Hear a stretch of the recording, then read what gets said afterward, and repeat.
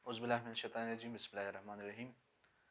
आज का टॉपिक है हमारा पार्ट 3, कूलम लॉ का पार्ट 3 है। तो टॉपिक है coulomb law in material medium. तो इसमें ये डिस्कस करेंगे कि जब मीडियम हमारे पास वैक्यूम हो तो क्या होनी चाहिए कूलम लॉ, और अगर मीडियम हमारे पास कोई और मीडियम हो बिटवीन द चार्जेस के दरमियान, जैसे कि एयर हो, कोई इंसुलेटर हो, कोई प्लास्टिक हो, कोई वाटर हो, पेपर हो, तो उस वक्त कूलम लॉ का सिचुएशन या कूलम लॉ हम कैसे यूज़ करेंगे। तो एज वी नो डैट, हम जानते हैं कि जो कूलम लॉ है वो हमारे पास बराबर है F इज इक्वल टू के Q1 Q2 divided by R square. और यहाँ पे हमारे पास के की जो वैल्यू है वो हमारे पास बराबर है 1 divided by 4 pi epsilon not. तो जब हम इस के की वैल्यू को इंसर्ट करेंगे इस ऊपर इक्वेशन में, तो ये हमारे पास आएगी F is equal to 1 divided by 4 pi epsilon not Q1 Q2 divided by R square. याद रहे यहाँ पे यूनिट वेक्टर इस्तेमाल करते हैं for the sake of direction. अच्छा, तो यहाँ पे हम देख रहे हैं कि हमारे पास यहाँ पे एक एप्सिलॉन नॉट का टर्म आया है कि वैल्यू आई है, और इसको हम नाम दे रहे थे परमिटिविटी ऑफ फ्री स्पेस या वैक्यूम।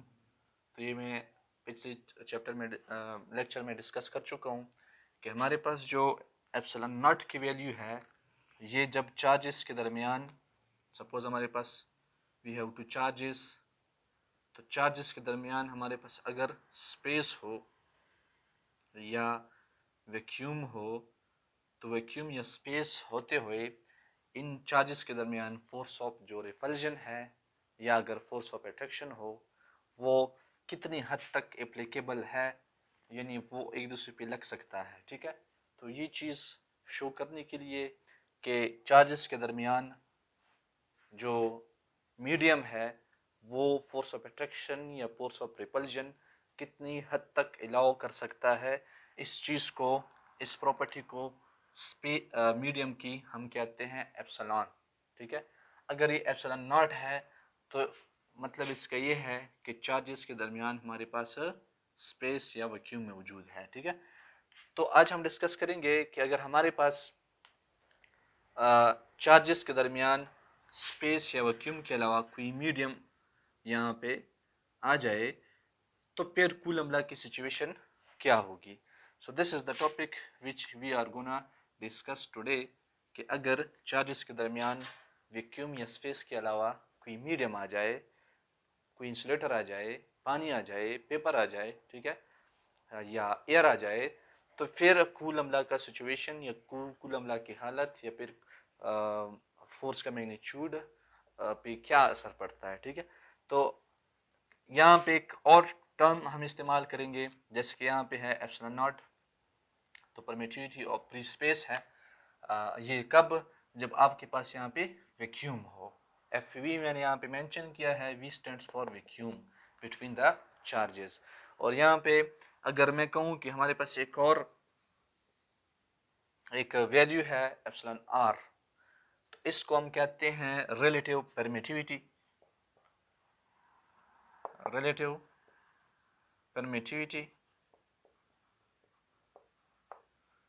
ये असल में क्या है, ये रेशो है।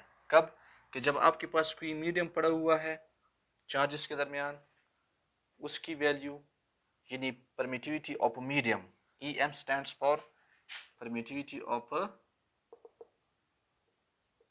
मीडियम,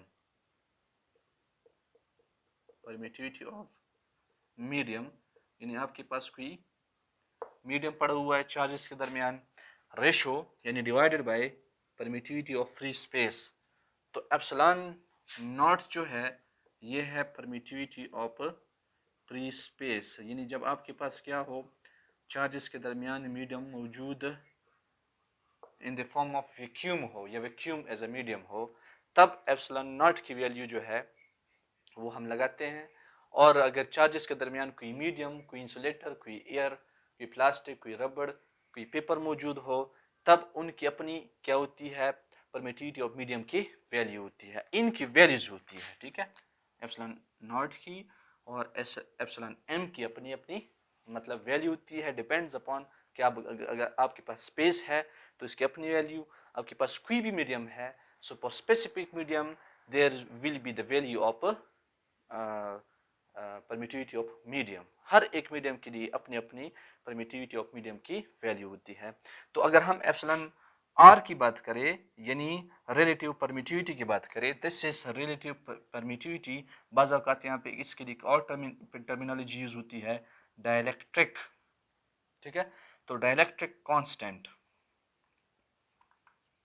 इसके लिए एक टर्म इस्तेमाल होता है डाइलेक्ट्रिक, ठीक है, तो ये क्या है हमारे पास, ये हमारे पास जो डाइलेक्ट्रिक कांस्टेंट हमारे पास असल में क्या है, रेशो है, ratio between the permittivity of medium, जो मीडियम आप चार्जेस के दरमियान यूज कर रहे हैं, इंसुलेटर की फॉर्म में या एयर की फॉर्म में या पेपर की फॉर्म में या वुड की फॉर्म में, ठीक है, तो वो और एप्सिलॉन नॉट यानी परमिटिविटी ऑफ फ्री स्पेस, यानी जब आपके पास चार्जेस के दरमियान कोई मीडियम या मीडियम मौजूद है in the form of vacuum, या कोई मीडियम मौजूद ना हो, मतलब वैक्यूम का मतलब कोई मीडियम मौजूद नहीं है, अगर आप ये कहे भी ठीक, अगर आप ये कहे कि medium in the form of vacuum, ये भी ठीक है। तो अगर वैक्यूम हो तो एप्सिलॉन नॉट की वैल्यू लगाएंगे, और मीडियम जो आप यूज कर रहे हैं उसकी हाँ स्पेसिफिक परमिटिविटी ऑफ मीडियम की वैल्यू होती है वो लगाएंगे, दोनों का रेशियो फाइंड करेंगे तो हमारे पास आएगा relative permittivity. So relative permittivity is actually the comparison between the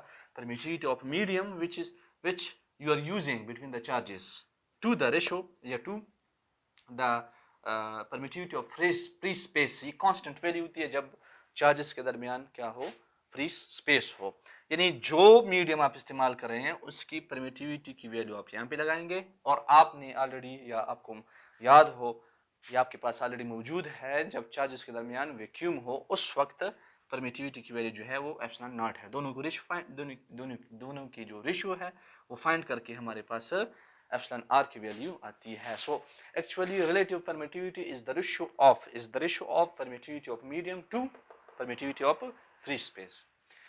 तो हम फाइंड करने जा रहे हैं कि हमारे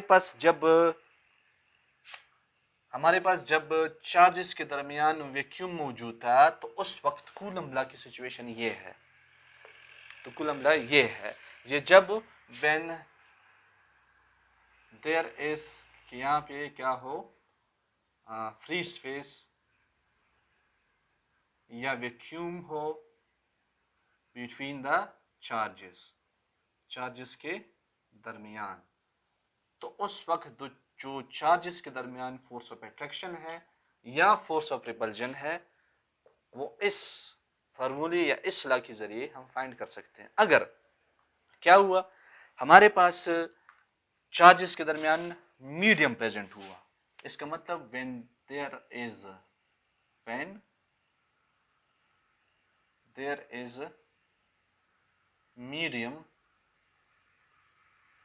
बिटवीन द चार्जेस, अगर क्या हो चार्जेस के दरमियान कोई medium in the form of air, water, rubber, plastic, जो भी चीज़ है जो चार्जेस के दरमियान आ जाए, कि सपोज हमारे पास पॉजिटिव चार्ज या नेगेटिव चार्ज है या पॉजिटिव चार्ज है, दरमियान में इनके क्या हो कोई मीडियम मौजूद हो, तो medium in the form of air, insulator, paper, would, glass, anything हो सकता है, ठीक है, तो उस वक्त जो कूलम्ब लॉ की सिचुएशन है वो क्या हो जाएगी, तो वो उस वक्त जो कूलम्ब लॉ की सिचुएशन है कुछ यूं हो जाएगी कि F जब आपके पास क्या मौजूद हो मीडियम, तो फिर क्या है कूलम्ब लॉ हमारे पास 1 डिवाइडेड बाय 4 5, अब एप्सिलॉन नॉट नहीं है क्योंकि यहाँ पे वैक्यूम मौजूद नहीं है, मीडियम मौजूद है in the form of air या in the form of insulator या in the form of wood या in the form of glass या in the form of oil या in the form of water, तो ये मौजूद है, तो इस वक्त हम एप्सिलॉन नॉट नहीं लिखेंगे, एप्सिलॉन एम लिखेंगे, यानी परमिटिविटी ऑफ मीडियम, यानी जो मीडियम आप यूज कर रहे हैं उसकी जो एप्सिलॉन एम वैल्यू है वो आप यहाँ पे क्या करेंगे यूज़ करेंगे। तो आगे जाके क्या है कि इसकी जगह एप्सिलॉन m हुआ, तो पहले चार्ज का मैग्नीट्यूड मल्टीप्लाई बाय दूसरे चार्ज का magnitude divided by separation between the charges का स्क्वायर, और यहाँ पे आप यूनिट वेक्टर या डायरेक्शनल वेक्टर लगाएंगे, क्योंकि कूलम लॉ आपको मैग्नीट्यूड के साथ साथ जो है वो डायरेक्शन भी शो करता है। ये तब की सिचुएशन है कूलम लॉ की जब आप क्या यूज करें, जब आप medium between the charges use करें, ठीक है।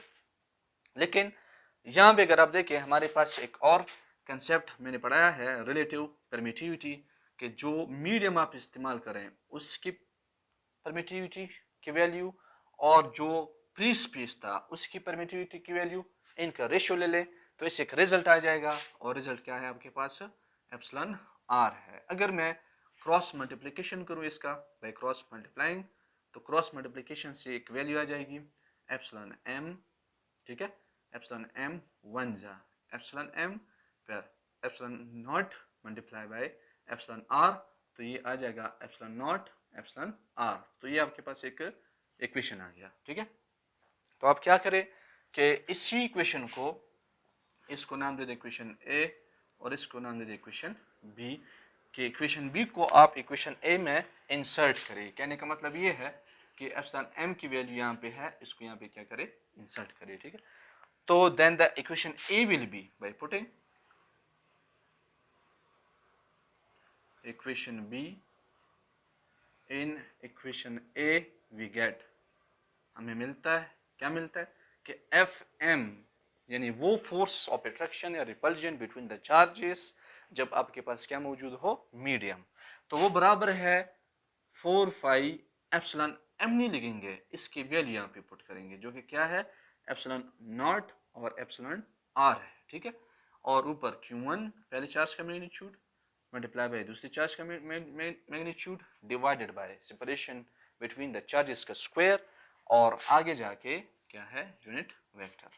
अच्छा, इसी को थोड़ा सा मॉडिफाई करते हैं, सिंप्लीफाई करते हैं कुछ नए अंदाज में, कि F M is equal to, यहाँ पे एक चीज को मैं बाहर निकालने जा रहा हूँ कि यहाँ पे जो 1 डिवाइडेड बाय एप्सिलॉन आर है, चूंकि यहाँ पे है इसको मैं बाहर निकाल के मल्टीप्लाई कर रहा हूँ, बात एक ही होती है, बाहर निकाल के मैं बाकी जो टर्म है इसको इसके साथ मल्टीप्लाई कर रहा हूँ, तो क्या हो जाएगा, वैल्यू आ जाएगी 1 डिवाइडेड बाय क्या रह गया यहाँ पे 4 फाइव एप्सिलॉन नॉट, ठीक है, ये रह गया क्योंकि 1 डिवाइडेड बाय एप्सिलॉन आर को, सॉरी आर को मैंने बाहर निकाला है, 1 डिवाइडेड बाय एप्सिलॉन आर को मैंने बाहर निकाला है, ठीक है, यानी इसको दोबारा मल्टीप्लाई करूँ, बात एक ही है, ठीक है। तो 1 डिवाइडेड बाय एप्सिलॉन आर को बाहर निकाला, रह गया क्या 1 divided by 4 five epsilon not, और क्या Q1 Q2 divided by R square, और यहाँ पे डायरेक्शनल वेक्टर, इसलिए डायरेक्शनल वेक्टर यूज करें क्योंकि force is a vector quantity, तो इसका मैग्नीट्यूड भी होगा साथ साथ इसका डायरेक्शन भी होगा, ठीक है। तो अगर हम देखें ये सिचुएशन देखें, ये जो वैल्यू है असल में ये वैल्यू, अगर मैं इस इक्वेशन को एक नाम दे दूं, इसको मैं सपोज कोई नाम से वाज़ेह कर रहा हूं आकिब, ठीक है।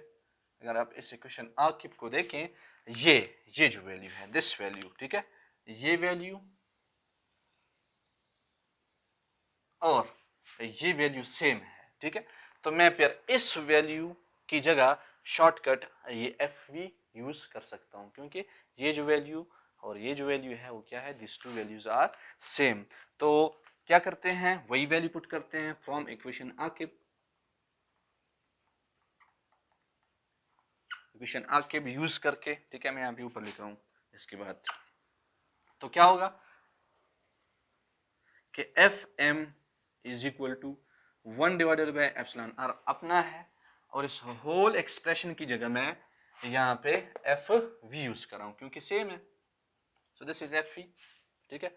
तो इस होल एक्सप्रेशन की जगह जो कि ये एक्सप्रेशन और ये एक्सप्रेशन बराबर है एफ वी के, उसकी जगह मैंने क्या लिखा है एफ वी। तो मैं यहाँ पे शॉर्ट भी लिख रहा हूँ कि this is equal to force of attraction और repulsion when there is a vacuum between the charges. तो देखिए सिचुएशन कुछ यूं हो गई कि आपके पास जो फोर्स है फोर्स ऑफ अट्रैक्शन या फोर्स ऑफ रिपल्जन जब आपके पास मीडियम मौजूद हो, उस वक्त जो अट्रैक्टिव फोर्सेस है या जो रिपल्सिव फोर्स है बिटवीन द चार्जेस वो बराबर है किसी के। उस वक्त जब आपके पास वैक्यूम मौजूद हो, स्पेस मौजूद हो, चार्जेस के दरमियान फोर्स ऑफ अट्रैक्शन और रिपल्जन हो, divided by epsilon R value के। और एप्सिलॉन आर क्या है? रिलेटिव परमिटिविटी है, और रिलेटिव परमिटिविटी रेशियो है किस चीज की? जब आपके पास मीडियम मौजूद हो, डिवाइडेड बाय जब आपके पास वैक्यूम मौजूद हो। तो मीडियम मौजूद हो उस वक्त परमिटिविटी की वैल्यू उसी मीडियम की जो आप यूज कर रहे हैं, और जब मीडियम मौजूद नहीं है यानी फ्री स्पेस की वैक्यूम की परमिटिविटी की वैल्यू आप यहाँ पुट करेंगे तो ये वैल्यू आएगी। तो इससे हमें एक सबक मिलता है, इसका एक नतीजा ये है कि सपोज मैं आपको एक एग्जांपल से शो कर रहा हूँ कि मेरे पास एक एग्जांपल है। मैं कह रहा हूँ कि मेरे पास एक नंबर है 100, या आप 100 न्यूटन ले लें। चलो, तो 100 न्यूटन ले ले। 100 न्यूटन है, और यहाँ पे क्या है? 200 न्यूटन है, ठीक है। और यहाँ पे क्या है? मैं इसको 2 पे डिवाइड करूँ तो सपोज ले लें कि जो 100 न्यूटन है ये हमारे पास Fm है। ये एग्जांपल है। ये तब का फोर्स है जब मीडियम मौजूद हो बिटवीन द चार्जेस। और ये 200 न्यूटन फोर्स ऑफ अट्रैक्शन या रिपल्जन है कब का? जब आपके पास क्या मौजूद हो? फ्री स्पेस मौजूद हो, ठीक है, वैक्यूम मौजूद हो। और ये 2 रिलेटिव परमिटिविटी की वैल्यू है, ठीक है। तो तब जाके क्या हो जाएगा कि जो 2 है वो 100 के साथ यहाँ पे 200 कैंसिल हो जाएगा, और 100 न्यूटन के बराबर हो जाएगा। तो कहने का मतलब ये है, अगर इस एग्जाम्पल को मैं देखूं, हमेशा के लिए हमारे पास जब वैक्यूम होता है बिटवीन द चार्जेस, उस वक्त हमारे पास फोर्स ऑफ अट्रैक्शन या फोर्स ऑफ रिपल्जन क्या होता है? हाई, बनिस्बत है कि जब आपके पास क्या हो? चार्जेस के दरमियान क्या मौजूद हो? मीडियम। यानी मीडियम क्या करता है? फोर्स ऑफ अट्रैक्शन या फोर्स ऑफ रिपल्जन को कम करने की सलाहियत रखती है मीडियम। तो इस वजह से वो फोर्स जो जब चार्जेस के दरमियान मीडियम इस्तेमाल कर रहे हैं, वो फोर्स हमेशा के लिए आपके पास क्या होगी? कम।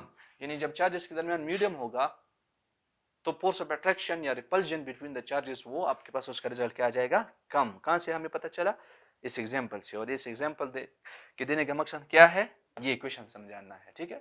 तो फोर्स ऑफ अट्रैक्शन और रिपल्जन जब मीडियम मौजूद हो वो कम होता है, और उससे जब मीडियम मौजूद ना हो, ठीक है। तो इस इक्वेशन का मतलब ये है कि द फोर्स ऑफ अट्रैक्शन और repulsion when there is no medium या when there is free space या vacuum is greater than, हमेशा के लिए क्या होता है?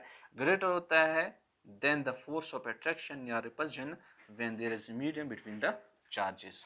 तो ये कूलम लॉ है जब आपके पास क्या हो? मटेरियल हो। तो सिचुएशन क्या होती है कि जब मटेरियल मीडियम हो, मटेरियल मीडियम क्या करता है कि जो फोर्स ऑफ अट्रैक्शन या रिपल्शन को क्या करता है? कम करता है, बनिस्बत जब आपके पास क्या हो? चार्जेस के दरमियान वैक्यूम मौजूद हो। So you are watching Physics with Heather. I am Zishan Heather. Do subscribe, share this video with your friends. See you.